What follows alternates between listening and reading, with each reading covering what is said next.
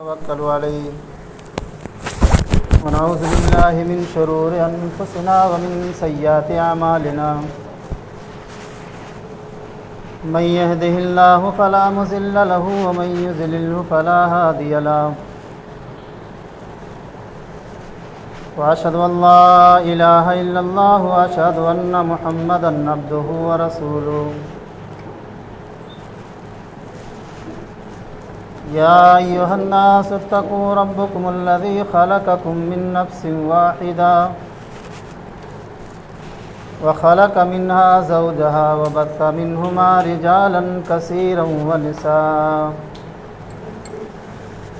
واتقوا الله الذي تسألون به والأرحام إن الله كان عليكم رقيبا يا أيها الذين آمنوا اتقوا الله حق تقاته ولا تموتن إلا وأنتم مسلمون يا أيها الذين آمنوا اتقوا الله وقولوا قولا سديدا يصلح لكم أعمالكم ويغفر لكم ذنوبكم ومن يطع الله ورسوله فقد فاز فوزا عظيما أما بعد فإن خير الحديث كتاب الله وخير الهدي هدي محمد صلى الله عليه وسلم وشر الأمور محدثاتها وكل محدثة بدعة وكل بدعة ضلالة وكل ضلالة في النار أعوذ بالله من الشيطان الرجيم بسم الله الرحمن الرحيم إنما المؤمنون الذين إذا ذكر الله وجلت قلوبهم وَإِذَا تُلِيَتْ عَلَيْهِمْ آيَاتُهُ وَزَادَتْهُمْ إِيمَانًا وقال النبي صلى الله عليه وسلم إن في الجسم مضغة لحم إذا صلح صلح الجسد كله وإذا فسد فسدت الجسد كله ذلك وهي القلب اللهم قال رب اشرح لي صدري ويسر لي أمري واحلل عقدة من لساني يفقهوا قولي سبحانك لا علم لنا إلا ما علمتنا إنك أنت العليم الحكيم معزز سامعین کرام، حاضرین جمعہ، تمام قسم کی تعریف، بڑائی، کبریائی، حمد و ثنا لائق و سزاوار ہے اللہ رب العالمین کے لیے، جو خالق کائنات ہے، مالک ارض و سما ہے، جو وہو علی کل شیء قدیر ہے۔ بعدہ درود و سلام نازل ہو اللہ رب العالمین کے بھیجے ہوئے تمام رسولوں پر، بالخصوص ہمارے آخری نبی تاجدار مدینہ احمد مصطفیٰ جناب محمد الرسول اللہ صلی اللہ علیہ وسلم پر بے شمار درود و سلام کی ڈالیاں نشاور ہوں۔ اللہم صلی وسلم وبارک علیہ۔ خطبہ مسنونہ کے بعد قرآن مقدس کی ایک چھوٹی سی آیت کریمہ آپ حضرات کے سامنے تلاوت کی گئی، اور اس کے بعد نبی آخر الزماں جناب محمد رسول اللہ صلی اللہ علیہ وسلم کی ایک بڑی ہی مشہور و معروف حدیث آپ حضرات کے سامنے پڑھی گئی۔ آئیے سب سے پہلے اس آیت کریمہ کا ترجمہ آپ کے سامنے رکھی جائے، جو خطبہ مسنونہ کے بعد پڑھی گئی ہے۔ اللہ رب العالمین ارشاد فرماتے ہیں انما المؤمنون الذین اذا ذکر اللہ وجلت قلوبہم۔ اللہ تعالیٰ نے اس آیت کریمہ میں مومنوں کی ایک مثال بیان کی ہے کہ مومن کون ہے۔ صحیح معنوں میں پکا اور سچا مسلمان کون ہے، اور اپنے آپ کو مومن گرداننے والا انسان کون ہے، اللہ رب العالمین اس کے بارے میں خود فیصلہ کرتا ہے۔ انما المؤمنون الذین، مومنین کی تعریف وہ ہے، مومن کی تعریف وہ ہے کہ جب کسی انسان کے سامنے اللہ کا ذکر کیا جائے، اللہ کی یاد کیا جائے، جنت کا تذکرہ کیا جائے، جہنم کا ذکر کیا جائے، وجلت قلوبہم، تو اللہ کی خشیت کی وجہ سے، اللہ کی معیشت کی وجہ سے، اللہ کی ڈر کی وجہ سے ان کے دل کانپ جاتے ہیں، ان کے دل تھرا جاتے ہیں۔ وَإِذَا تُلِيَتْ عَلَيْهِمْ آيَاتُهُ، اور جب ان کے سامنے قرآن مجید کی تلاوت کی جاتی ہے، قرآن میں سے چند آیتیں ان کے سامنے پڑھی جاتی ہیں، وَزَادَتْهُمْ ایمانا، اللہ فرماتا ہے ان کے ایمان کے اندر زیادتی پیدا ہو جاتی ہے، ان کے ایمان کے اندر بڑھوتری پیدا ہو جاتی ہے۔ یہ ایک مومن کی تعریف ہے، ایک پکے سچے مسلمان کی تعریف ہے کہ جب اس کے سامنے اللہ کی یاد کیا جائے، اللہ کا ذکر کیا جائے، تو ان کے دل دہل جاتے ہیں، ان کے کلیجہ تھرا جاتا ہے، اور ان کے سامنے جب قرآن کی آیتیں پڑھ کر کے پڑھی جاتی ہے، انہیں سنایا جاتا ہے، تو ان کے ایمان کے اندر بڑھوتری پیدا ہوتی ہے،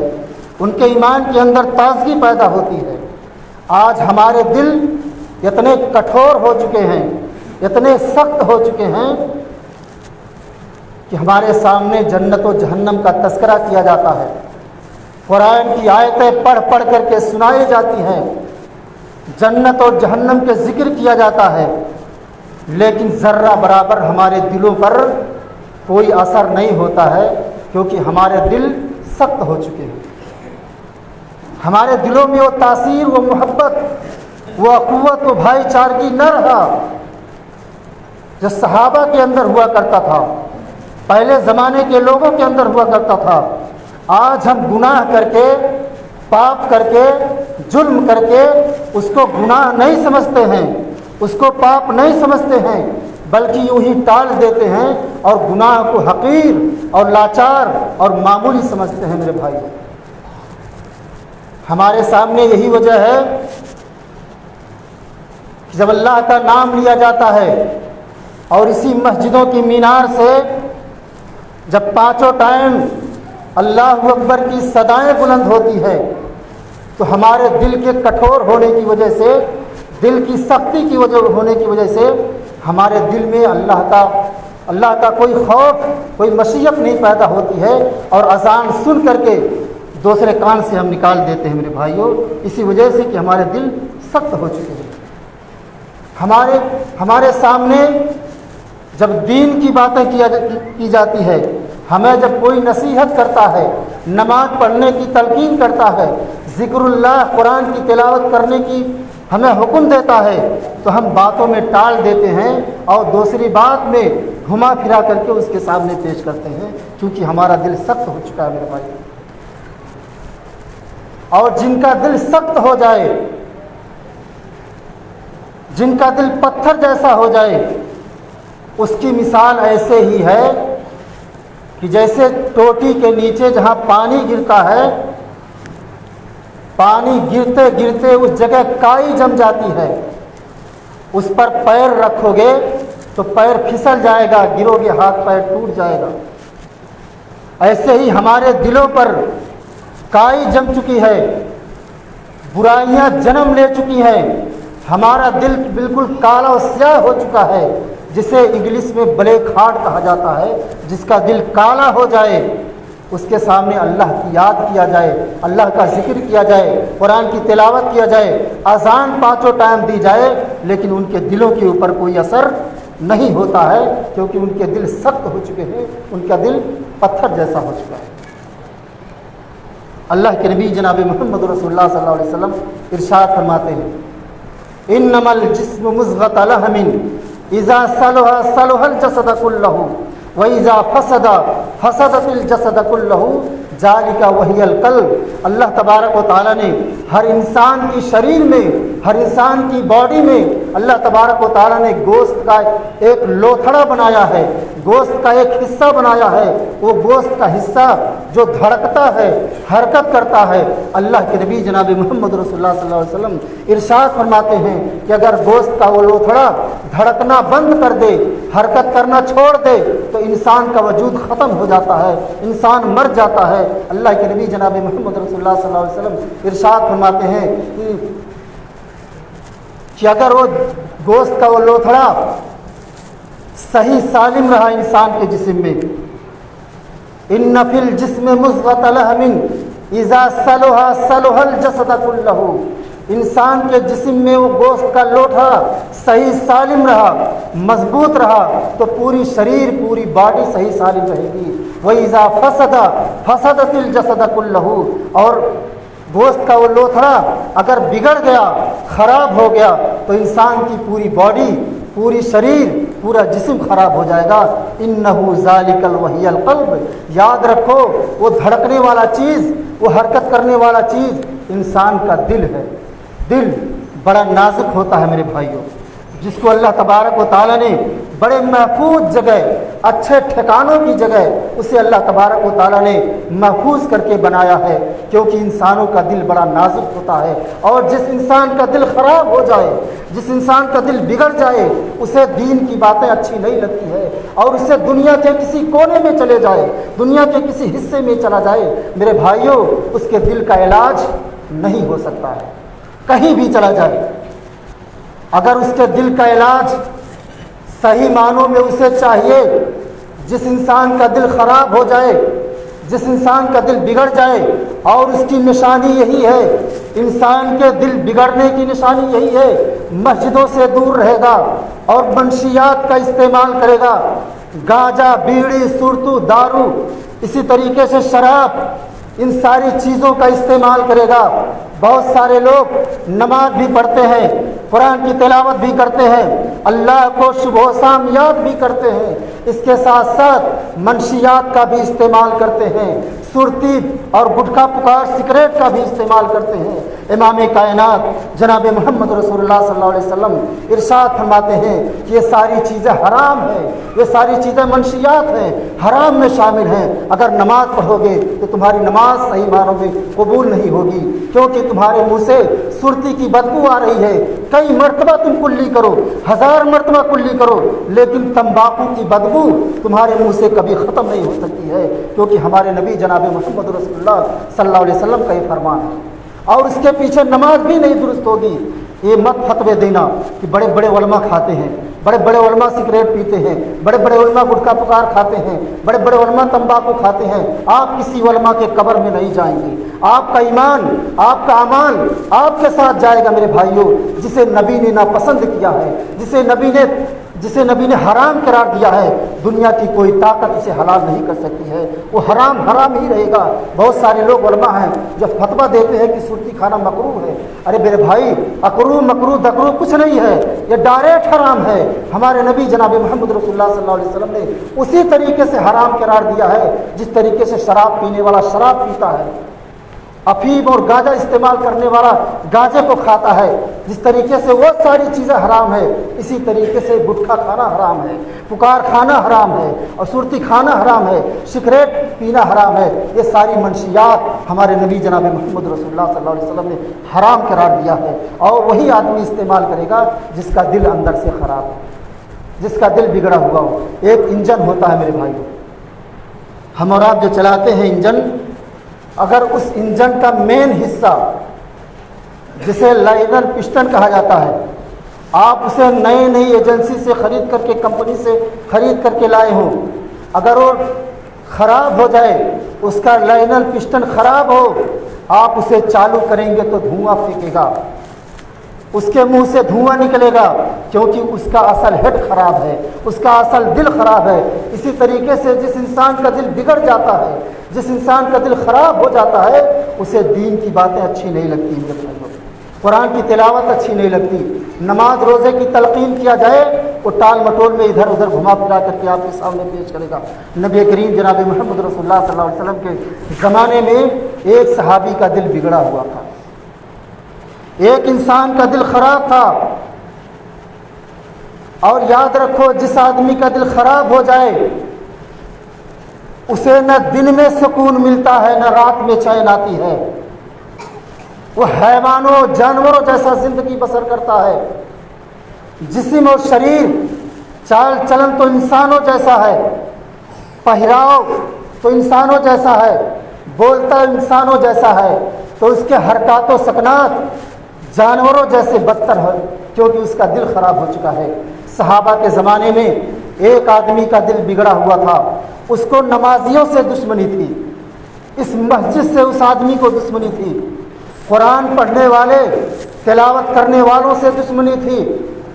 بیت اللہ کا حج کرنے والے حاجی سے دشمنی تھی، رسول اللہ صلی اللہ علیہ وسلم سے محبت کرنے والوں سے دشمنی تھی، صحابہ سے دشمنی تھی۔ میرے بھائیوں، اتنا بڑا دشمن مدینہ کے اندر عرب کی سرزمین پر کہیں بھی موجود نہیں تھا۔ اتنا بڑا دشمن اسلام کا، جسے اسلام سے نفرت ہو، اسلام کے اپنانے والوں سے نفرت ہو، نماز پڑھنے والے نمازیوں سے نفرت ہو،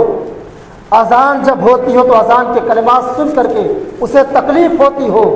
اتنا بڑا دشمن عرب کی سرزمین پر کہیں بھی موجود نہیں تھا۔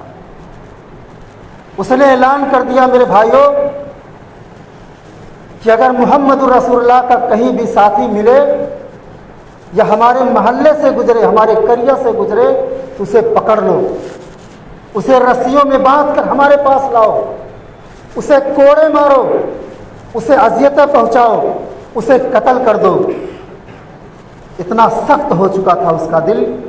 اور اتنا کٹھور ہو چکا تھا۔ ایسے کرتے کرتے مسلمانوں کو ستاتے ستاتے، صحابہ کو پریشان کرتے کرتے اور اسلام کے ساتھ دشمنی نبھاتے نبھاتے بوڑھا ہو چکا، ہاتھ پیر جواب دے چکے۔ اپنے اس دل کے علاج کے لیے میرے بھائیوں بڑے بڑے ملکوں کا دورہ کیا۔